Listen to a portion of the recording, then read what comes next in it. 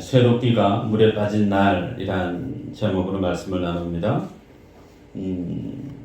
본문의 내용을 교회 일찍 오셔서 먼저 보셨던 분들 혹은 이 내용을 익히 알고 계셨던 분들은 이 내용이 어떤 내용일까, 어떤 의미를 지니고 있는 뜻일까 상당히 궁금해 할 수 있는 그런 본문에 해당됩니다.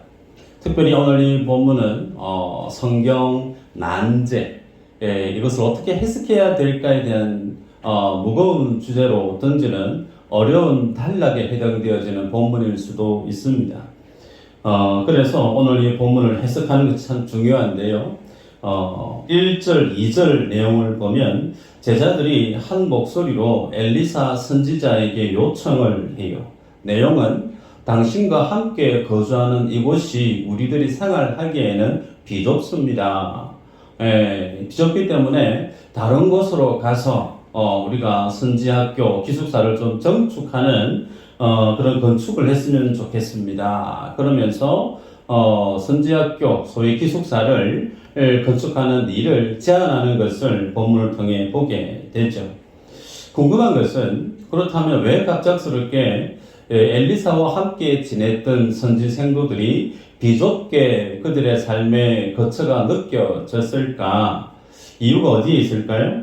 생각해보면 우리는 5장에서 나아만, 아람의 장군이었던 나아만이 엘리사에 의해서 치유를 받고 돌아갔던 내용을 기억하고 있습니다.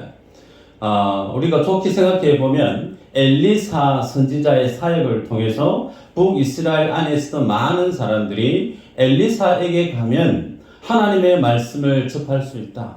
엘리사 선지자에게 가면 하나님의 말씀을 우리가 들을 수 있다. 아마 그래서 많은 사람들이 엘리사 선지자가 있는 그곳으로 몰려왔던 것 같아요. 중요한 것은 엘리사 선지자가 있는 그곳에 많은 사람들이 몰려왔을 때 장소가 비좁고 이제는 새롭게 장소 이전이 필요하다라고 의견이 모아졌는데, 그래서 이전에 대한 건축에 대한 주제를 누가 요구하느냐면 선지자의 제자들이 먼저 요구하고 있습니다. 그러면서 3절 이후로 보면 어떤 선지생도가 엘리사 선생님 당신도 우리와 같이 갔으면 좋겠습니다 권유하는 걸 보게 되죠. 그리고 4절을 보면 드디어라고 하는 표현이 있죠. 왜 드디어라고 하는 표현이 이 본문 속에 굳이 있어야 될까? 성경을 보는 성도들은 고개를 갸꾸리게 됩니다. 저는 이 본문을 보면서 아마도 제자들이 이 장소가 비좁기 때문에 선지학교 기숙사 정축에 대한 제안을 드릴 때 엘리사 선지자가 나름 그런 상황에 대해서 이해는 되었던 것 같아요. 가자고 혹은 다른 지역에 가서 장소가 비좁으니 넓은 지역으로 가십시다 라고 하는 그런 상황에 대한 이해 당연히 인지하고 있었을 것 같아요. 그런데 그럼에도 불구하고 엘리사 선지자는 하나님의 분명한 뜻에 대해서 확신이 없었던 것은 아닌가 그런 생각을 갖게 됩니다. 왜냐하면 4절에 드디어라고 하는 표현이 있으면서 그들과 함께 가니라 라고 하는 표현이 있기 때문에 그래요.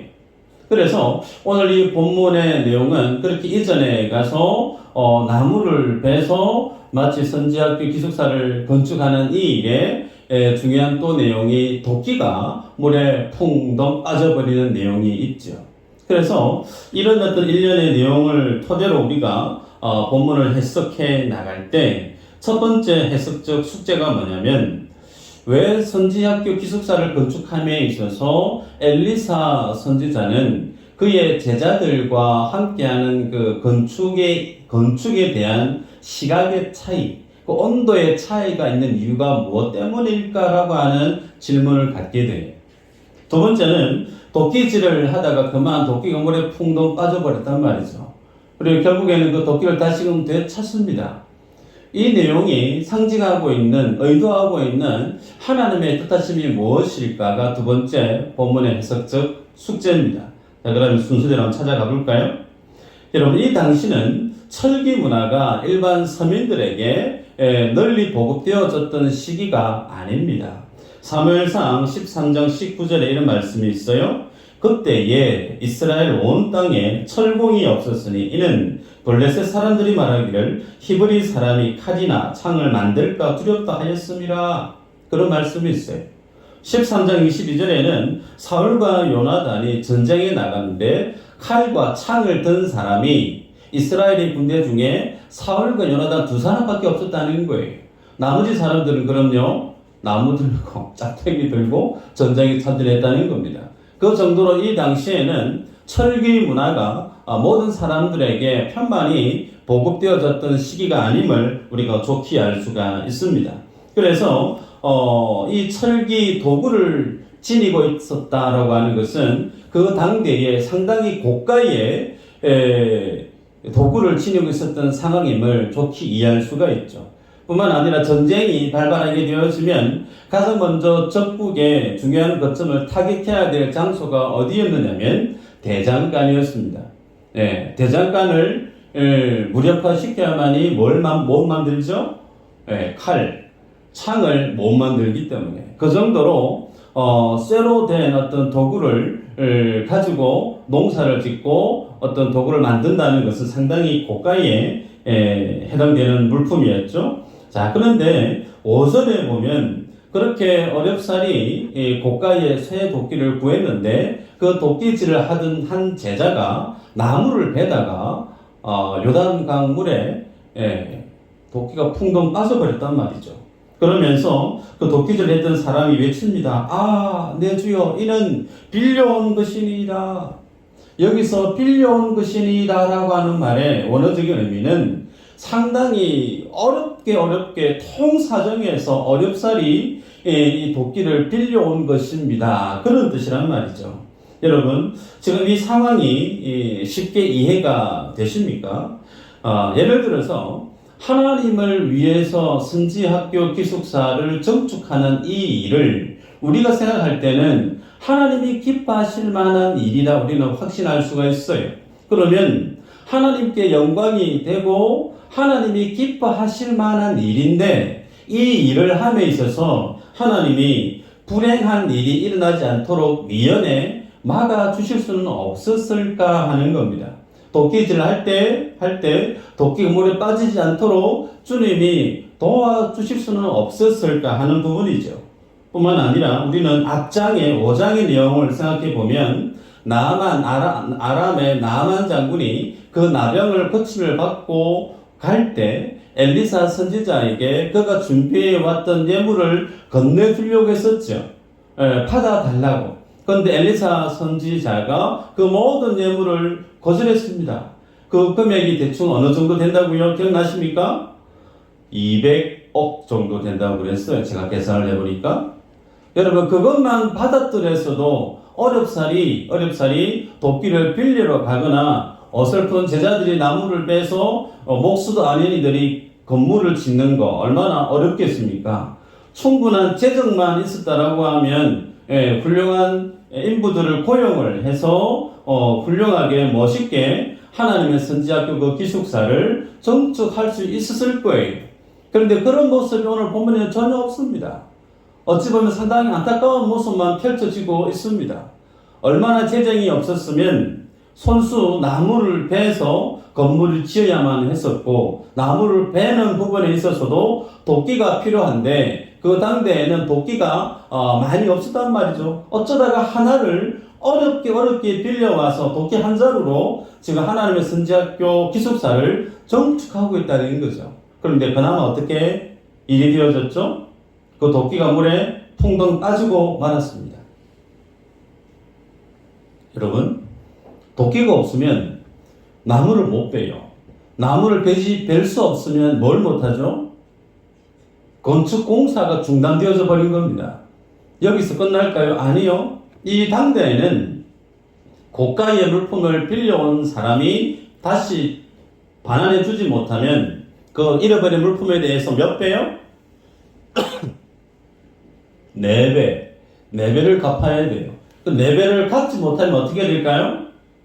그 사람, 빌려온 그 사람에게 있어서 당사자가 노예가 되어집니다. 종이 되어져서 그만한 노동력을 도끼 주인에게 자기의 그 노동력을 지불해야 되는 상당히 난처한 일이 일어나게 되었다는 거예요.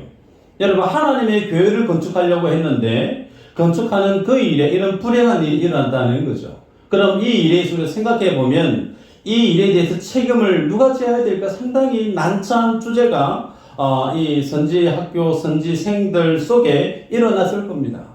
도끼 빌려온 사람이 있을 것이고 도끼 지난 사람이 있을 것이고 그 일에 대해서 공적을 책임지고 있었던 사람도 있었을 겁니다. 그러면 도끼 잃어버린 것에 대해서 누가 책임을 져야 될까? 상당히 난처한 곤란한 문제가 하나님의 공동체 안에 지금 일어났음을 보게 됩니다. 그런데 그 일이 일어났을 때 그곳에 누가 있었죠? 엘리사 선지자가 있는 거예요.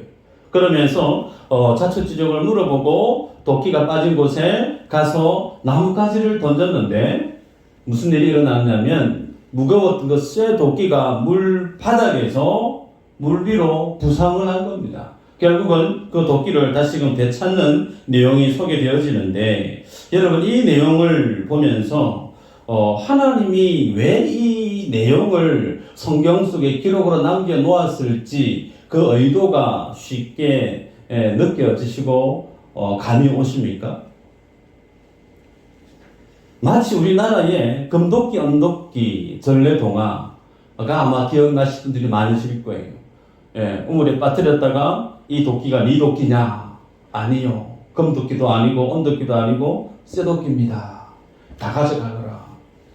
마치 그런 한 사람의 에피소드와 같은 그런 개인의 스토리를 왜 하나님은 이 성경 속에 기록으로 남겨 놓으셔야만 했을까? 우리는 열왕기서를 보실 때 늘 염두하셔야 될 내용이 이 성경을 읽는 독자들이 누구라고요?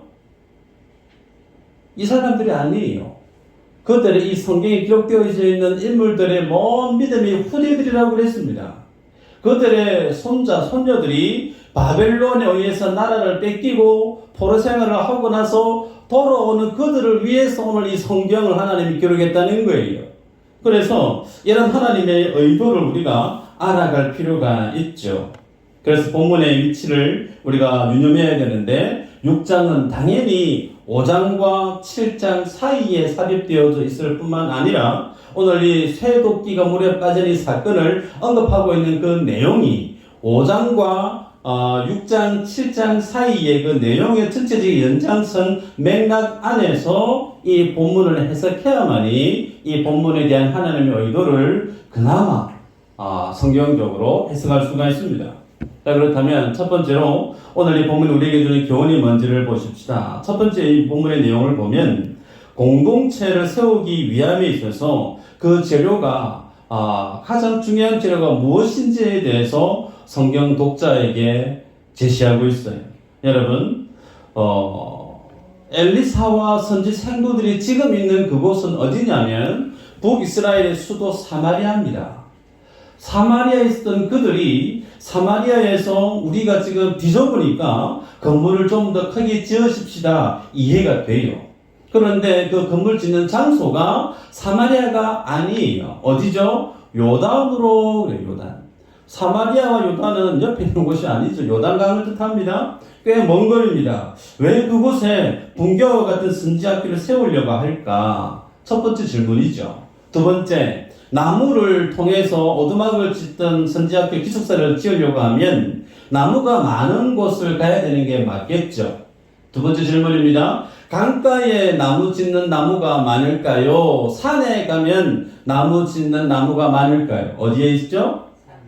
산에 있죠. 그런데 왜 강으로 갈까라는 거예요. 성경을 볼 때 궁금증이 있습니다.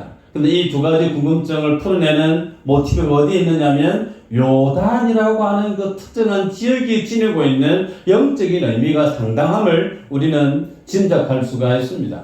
자, 그러면 풀어가십시다. 여러분, 요단하면 여러분이 무엇이 연상되어집니까? 엘리사 선지자의 서성은 엘리야 선지자죠. 엘리야 선지자가 죽음을 버티하고 하나님께로 성천에서 올라갔습니다. 성천에서 올라갔던 그 장소가 어디죠? 기억나십니까? 요단이에요. 요단강을 건너고 나서 마치 그가 입었던 옷을 탁탁탁 치니까 물이 쫙 갈라지고 난 다음에 걸어서 지나갔었지 않습니까? 그리고 요단 위에서 엘리야 선지자가 하나님께로 승천해서 올라갔습니다. 그리고 5장에서는 나만 장군이 나병이 어디에서 고침을 받았죠? 요단강에서 고침을 받았죠. 그러면 그 요단강물이 아주 영험한 효험이 있는 그런 강물이어서 나만 장군의 나병이 나았던가요? 그거 아니라고 그랬죠.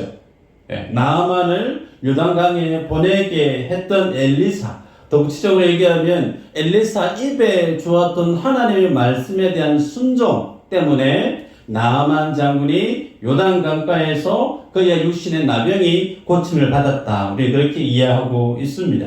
그래서 이스라엘 백성들에게 있어서 요단 하면 떠오르는 인물들이 엘리야 선지자가 기억에 나고 나만 장군이 치유받았던 사건이 연상되어질 수가 있습니다.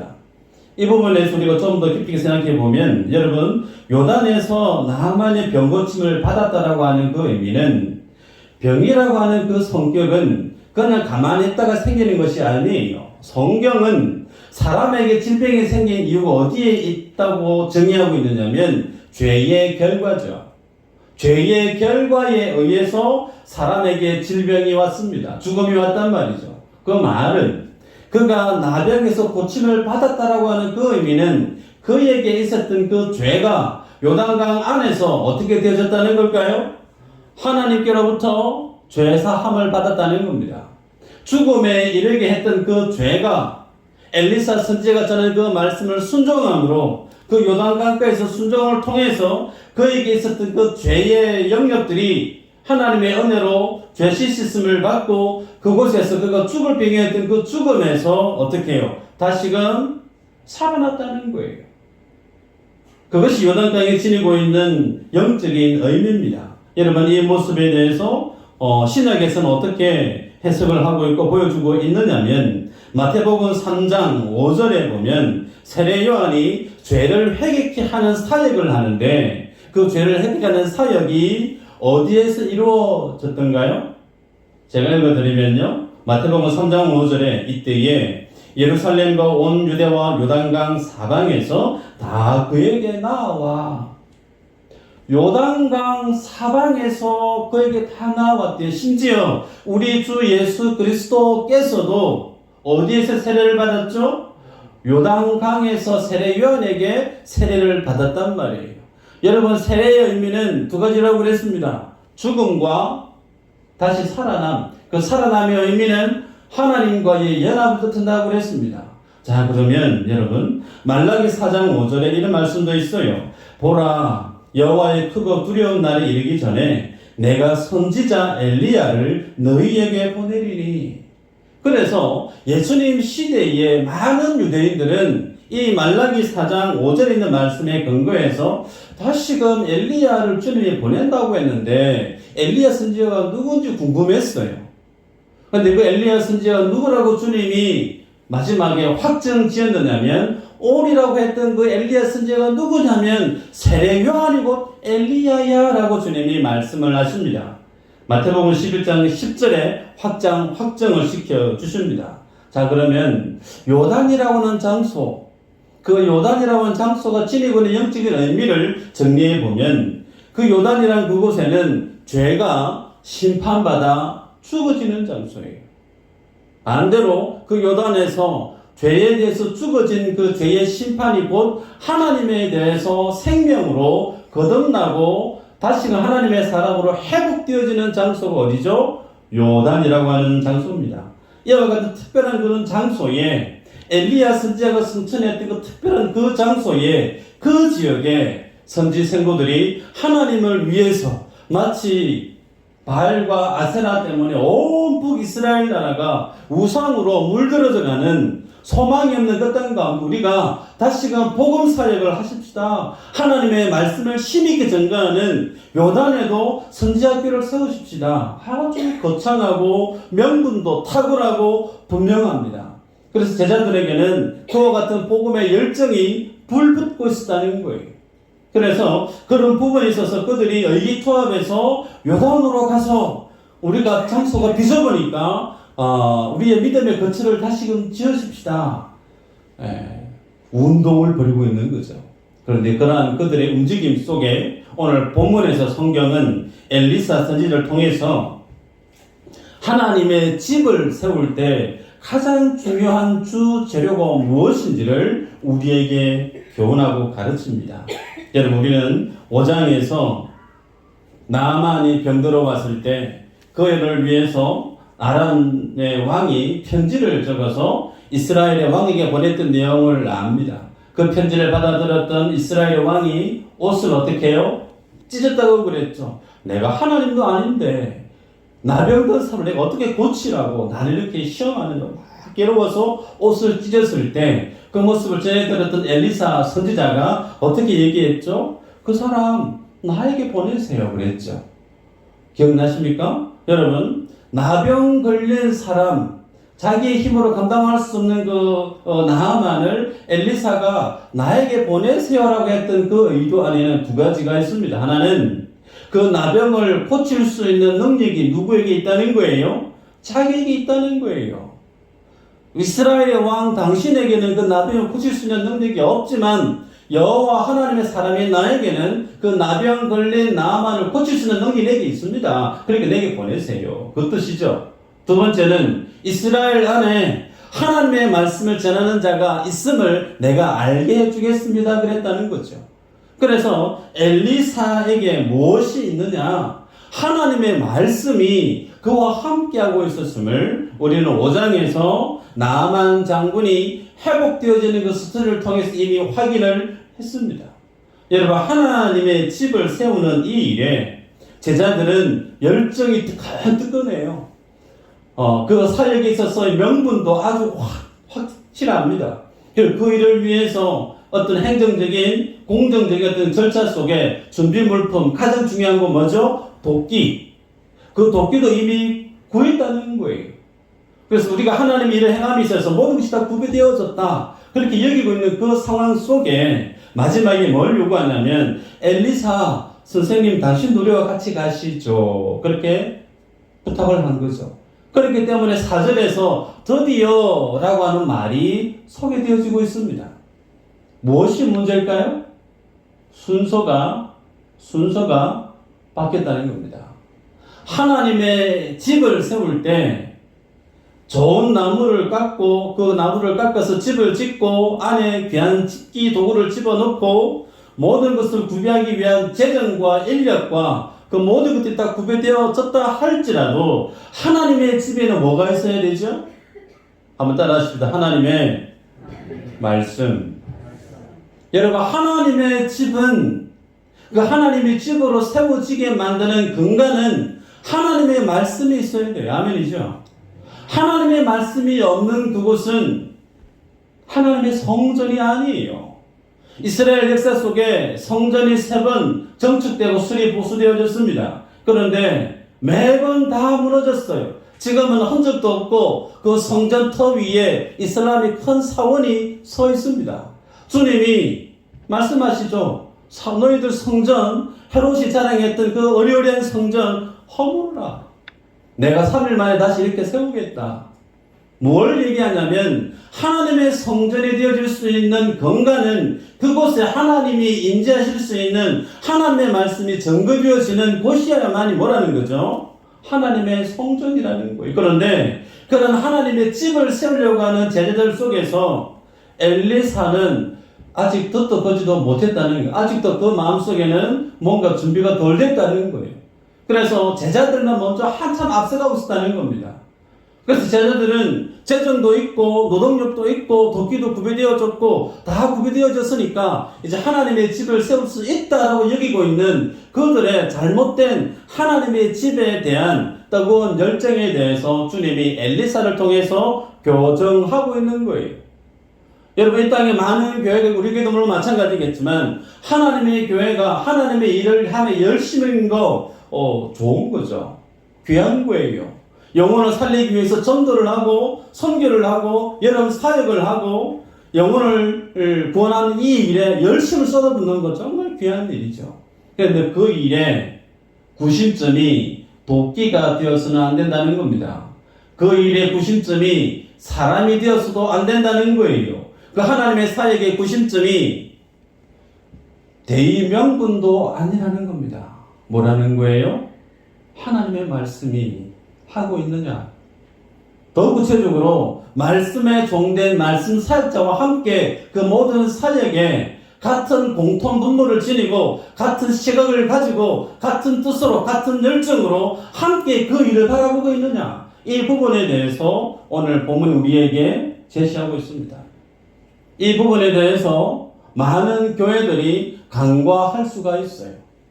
하나님이 기뻐하는 일이 무조건 다 잘 될 거야. 아니요. 아니에요. 하나님은 질서의 하나님입니다. 그 질서대로 주님이 행하시는 것을 기뻐하세요.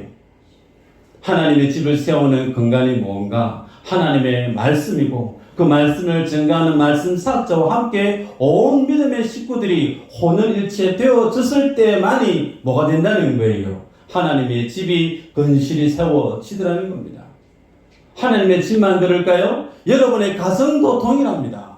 여러분의 가정이 행복해지기를 원하시죠? 행복해지기 위해서 든든한 통장도 필요합니다. 훌륭한, 멋있는, 괜찮은 직장 일터도 필요해요. 우리 집에 정말 내가 좋아하는 가구들로, 집기들로 가득 채우면 행복해질 수 있을 것 같을지 모르겠지만, 여러분, 하나님의 말씀에 떠나버린 그 가정은 그 모든 것을 다 채웠다 할지라도 그 모든 것들이 나의 행복을 지켜줄 수 있는 건강이 되어질 수 있느냐? 아니라는 거예요. 우리의 교회도 마찬가지고 내 집도 마찬가지예요. 하나님의 복이 임하는, 하나님의 축복과 은혜가 임하는 하나님의 집은 하나님의 말씀이 함께 해야 됨을 성경이 우리에게 교훈합니다. 두 번째는요, 말씀이 어떤 기능을 지니고 있느냐에 대해서 우리에게 제시합니다. 오늘 본문의 최대 난제는 쇠도끼가 물에 빠진 거죠. 오늘 우리가 본문을 읽었지만 도끼질하던 사람이 물에 풍덩 빠졌을 때 이거 빌려온 겁니다. 한탄하는 소리를 본문을 통해 우리가 보게 됩니다. 물이 얕으면 물에 들어가서 물기질을 해서라도 도끼를 꺼내올 수 있겠지만 그럴 수도 없는 거죠. 그래서 도끼 빠진 곳에서 한탄하고 있는 제자에게 엘리사가 가서 자초지종을 묶고 결국은 나뭇가지를 던져서 물에 빠졌던 쇠도끼를 부상시키고 그것을 끄집어냅니다. 그런데 본문의 내용은 여기까지. 하나님의 선지자교 기숙사를 어느 정도로 건축했고 평수가 어느 정도 되고 거기에 많은 인원이 몇 사람의 인원이 들어가서 어떻게 지냈다. 구체적인 내용이 그 뒤에는 1절 없어요. 단순히 하나님의 집, 선지학교 기숙사를 정축하십시다. 그 말에 도끼질 하다가 도끼물에 풍덩 빠졌는데 도끼 끄집어낸 거, 여기에서 그 내용이 끝이 납니다. 그러면 오늘 이 본문을 주님이 기록하고 있는 의도 중에 쇠 도끼가 지니고 있는 그 뜻이 얼마만큼 중요한가를 우리는 직감할 수가 있죠. 성경에서 이 쇠 도끼가 지니고 있는 뜻하는 바가 뭔지를 보십시다. 여러분, 도끼에게는 두 가지의 의미가 있어요. 하나는 하나님의 집을 건축함에 있어서 가장 중요한 도구라는 부분이죠. 그 도끼가 없으면 나무를 벨 수가 없으니까 도끼가 있어야만이 하나님의 집을 지을 수가 있습니다. 두 번째는 그 도끼를 잃어버리게 되어지면 종국에는 어떻게 되어지죠? 도끼를 빌려왔던 사람, 그 일의 책임자는 돈이 없으니까 노예가 되어질 수밖에 없어요. 이스라엘 백성들에게 있어서 노예하면 떠오르는 것이 두 가지입니다. 하나는 애굽의 종되었던 것을 기억하게 되고 그 말의 영적인 의미는 죄와 허물에 대한, 욕심에 대한, 그 모든 것에 대한 죄의 종의 성격의 의미가 짙죠. 그래서 도끼하면 우리가 생각할 수 있는 부분이 죄와 죄에 대한 노예에 대한 부분을 우리가 염두할 수 있는데, 이 부분에 대해서 우리 예수님이 남기신 말씀이 있습니다. 누가복음 13장 6절인데요. 포도원에 심었던 무화과 나무에 대한 비유의 말씀이에요. 말씀 읽어드리면 7절에 있는 말씀이 있습니다. 포도원 지기에게 이르되 내가 3년을 와서 이 무화과 나무에서 열매를 구하되 얻지 못하니 찍어버리라. 어찌 땅만 버리게 하겠느냐. 여러분, 찍어버리라. 어떻게 땅만 버릴 수 있겠니? 찍어버리라. 뭘 찍죠? 낫을 찍는 게 아니고 도끼를 찍는 거예요. 여러분, 무화과 나무를 왜 포도원에 심었을까요? 포도원에 있는 그 밭이 상당히 옥토밭이니까. 그래서 무화과를 심었다라고 하는 것은 포도원에 포도를 심은 게 아니고 그 밭에 무화과를 심었다라고 하는 것은 다분히 그 밭의 주인이 열매를 요구하는 것이 뚜렷합니다. 특별히 그 더 많이 애정을 가고 정성을 쏟아부었던 나무가 무화과 나무임을 우리는 좋게 이해할 수가 있어요. 그런데 열매를 구했는데 3년 동안 열매가 없어요. 그래서 찍어버리래요. 근데 그 성경 본문의 앞뒤의 문맥을 보면 그 열매가 뭘 뜻하는지를 언급하고 있습니다. 무슨 열매냐면 회개의 열매입니다. 하나님이 이스라엘 백성들에게, 무리들에게 열매를 맺으라고 했을 때 그 열매가 너희들이 정말 고매한 인격적인 열매를 맺어야 된다, 그런 뜻은 아닙니다. 죄에 대한 열매예요. 회개에 대한 열매예요. 너희가 지금 행하고 있는 이것이 죄라고 하는 것 너희가 좀 알아야 된다는 수준입니다. 네가 하나님을 경외하지 않는 그것이 어떤 죄인지에 대해서 네 좀 알아야 돼. 이 정도만이라도 주님이 이스라엘 백성들에게 요구하고 있었다는 거예요. 그걸 주님이 회개의 열매로 포도원에 심은 무화과 나무를 통해서 말씀을 하셨죠. 고로 도끼가 지니고 있는 성경의 적시적인 의미는 하나님의 심판을 뜻합니다. 여러분, 회개하지 않는 이스라엘 백성들에 대한 하나님의 심판. 마태복음 3장 10절에 좀 전에 읽었지만 이미 도끼가 나무 뿌리에 놓였으니 좋은 열매를 맺지 아니하는 나무마다 찍혀 불에 던져지리라 그랬어요.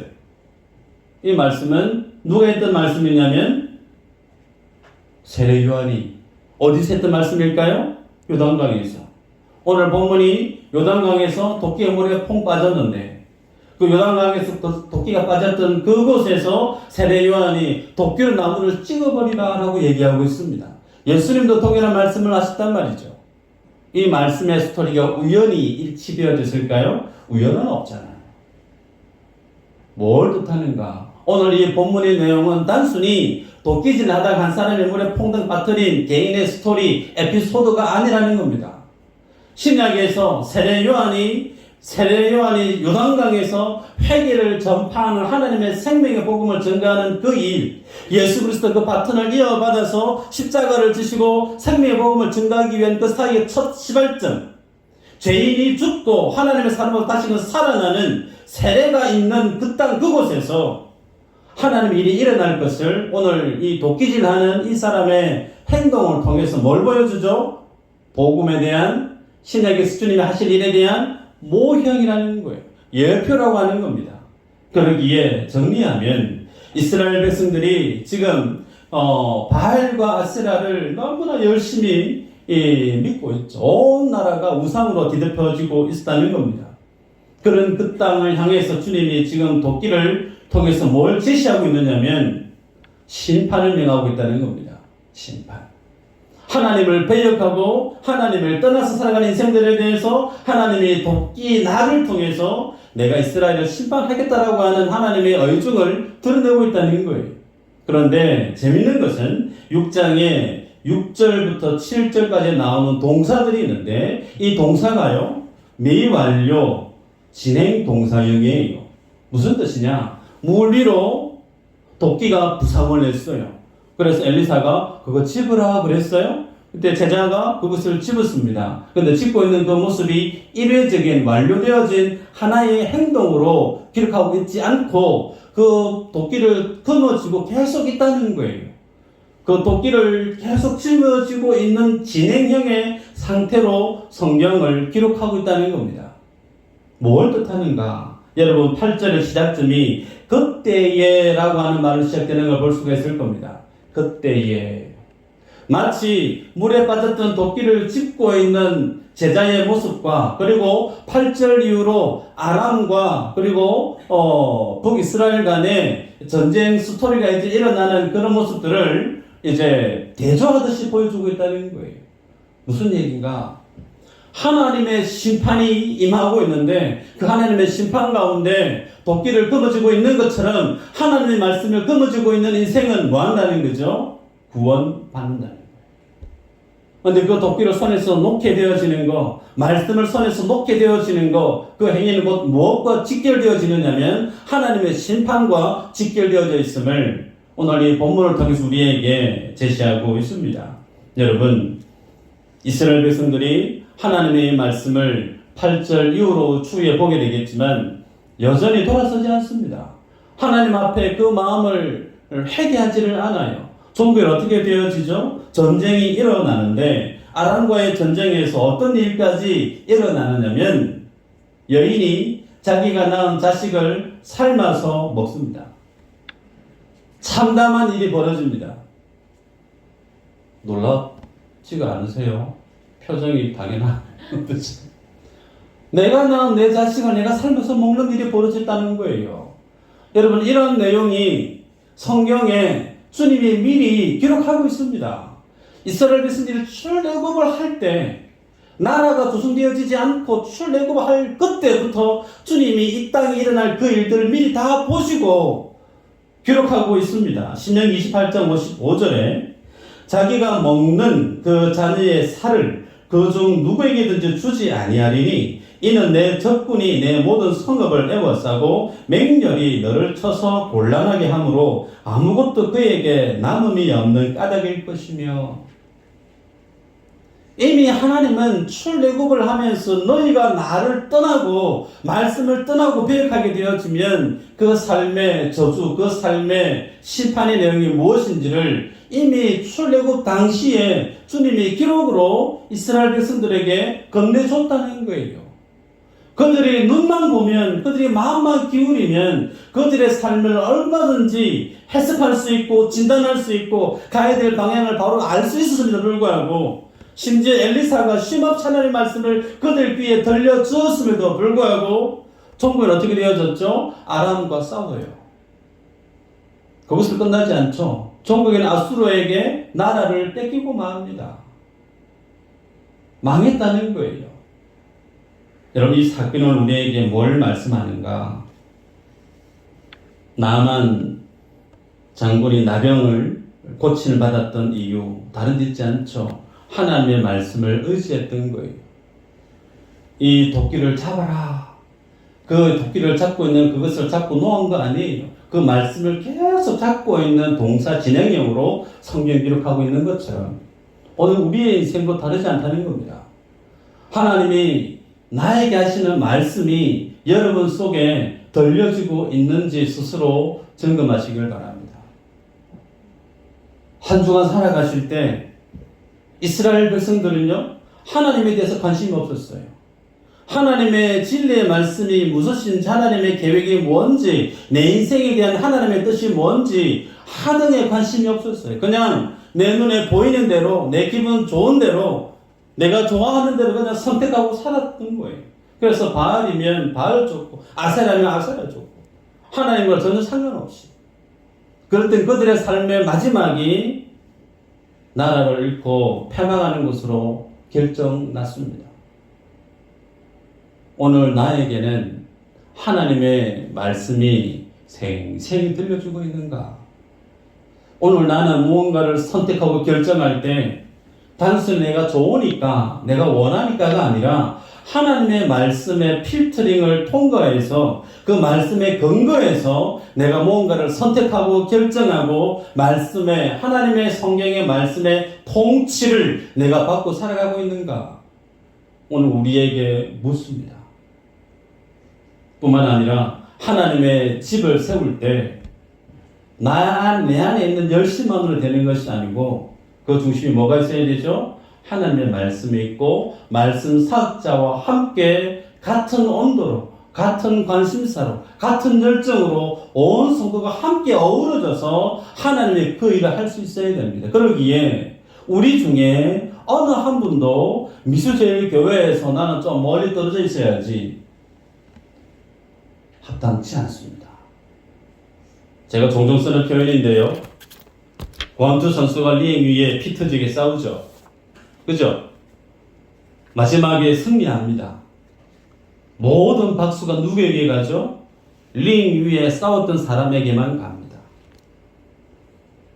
우리 모두가 하나님의 사역의 링 위에 있는 주전 선수들이라는 거예요. 그 링 밖에서 구경꾼은 하나님의 영광을 맛볼 수 없습니다. 하나님의 교회 안에 깊숙이 나오시기를 주의 이름으로 축복합니다. 말씀과 함께 동행하는 한 주가 되셔서 하나님의 사명을 완수해내는 믿음의 모든 모습들 되시기를 주의 이름으로 축복합니다.